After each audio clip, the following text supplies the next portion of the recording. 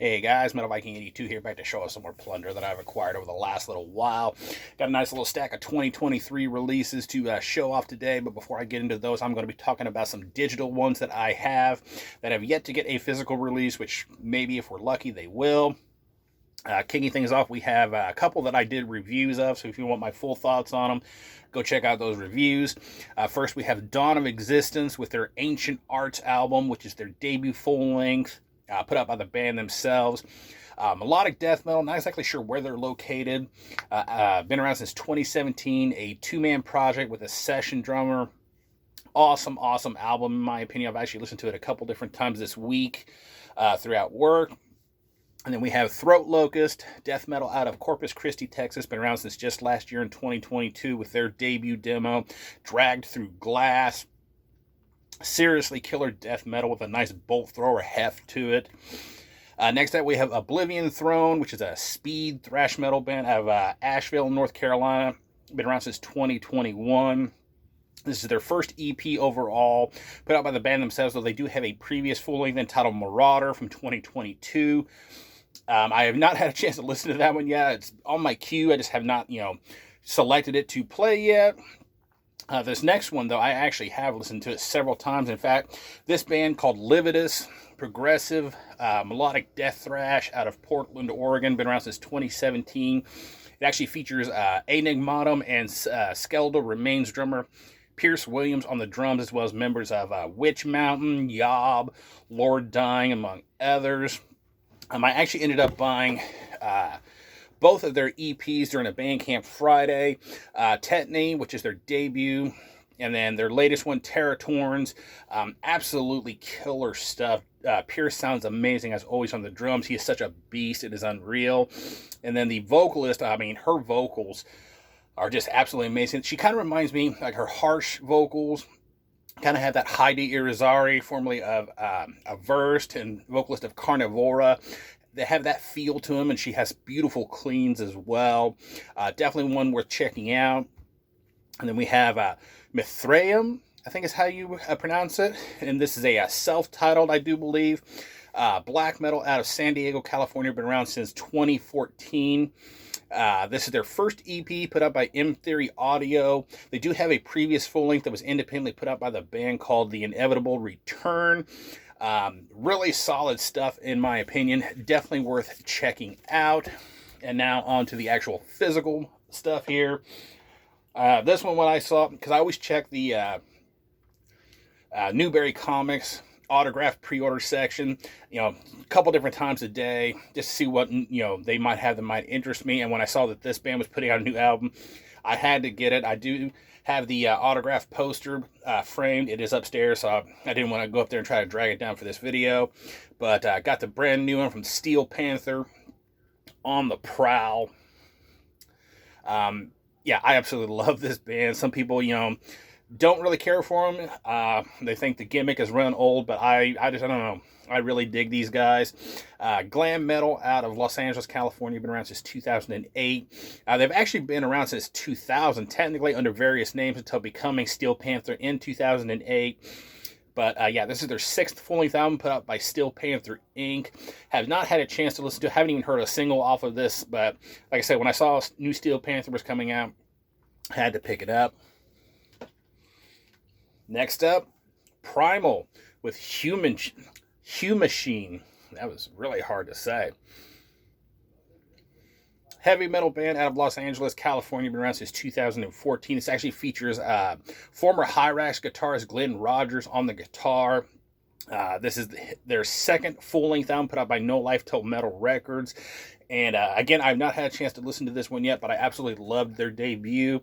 So definitely looking forward to jamming this one. Next up, this one's been getting a lot of good reviews here lately. This is a new one from August Burns Red called Death Below. Metalcore band from Lancaster, Pennsylvania. Been around since 2003. This is their 10th full-length album put out by Sharp Tone. I have heard a little bit of this one, and I really dug what I heard. And it's actually been a while since I've listened to August Burns Red, so this was a nice kind of refresher for me. From the general death metal and everything that I've been listening to. But yeah, From what I've heard of this so far, really good. So definitely looking forward to kind of spending more time with it.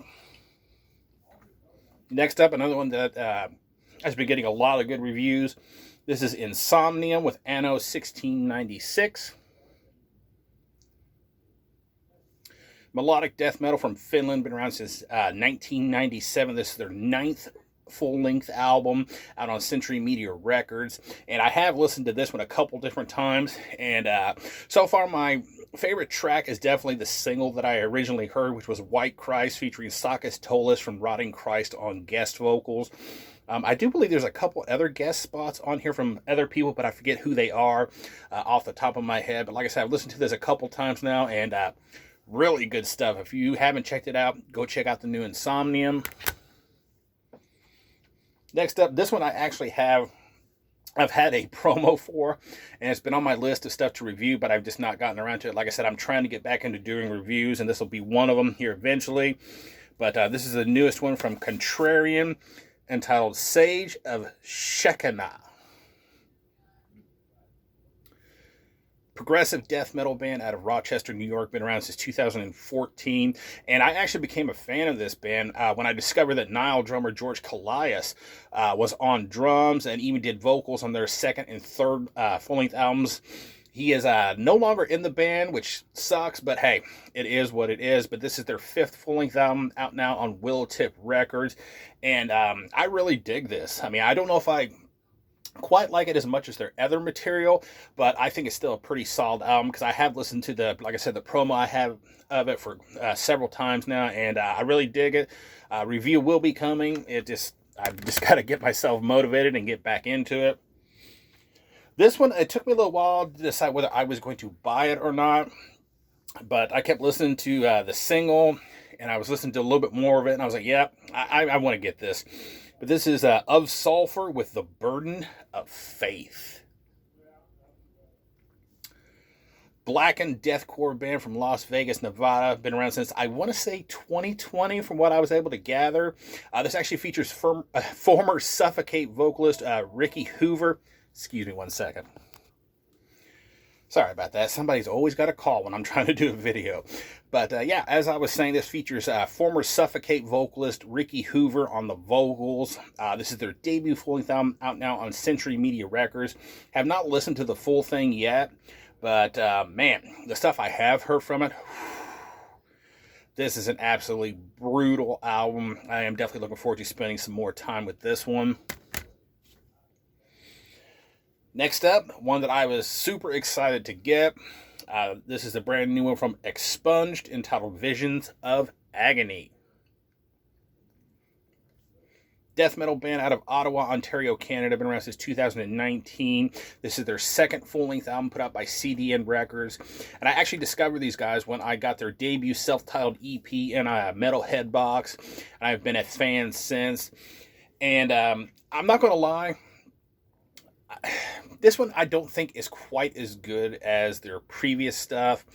When I first got it and I listened to it, it actually took me like several tries to kind of get into it, because I listened to it and I was just like, man, something is off here with the production. It just seemed like, to me, like the vocals were really kind of low in the mix, kind of buried under the guitars and even the bass and everything. Just everything sounded way off. I listened to the MP3 version because I got this off of Bandcamp. And I was like, okay, sounds a little bit better in the MP3 version. And then I listened to the CD a little bit more, and it started to sound a little bit better. But I don't know. I'm just kind of, I don't want to say I'm disappointed, but, you know, that's the best way to describe it. I just don't think this is as good as their previous stuff. And I don't know, maybe with more listens, it'll grow on me. It's still a pretty decent album, but I don't know, just something about it is just a little bit off for me.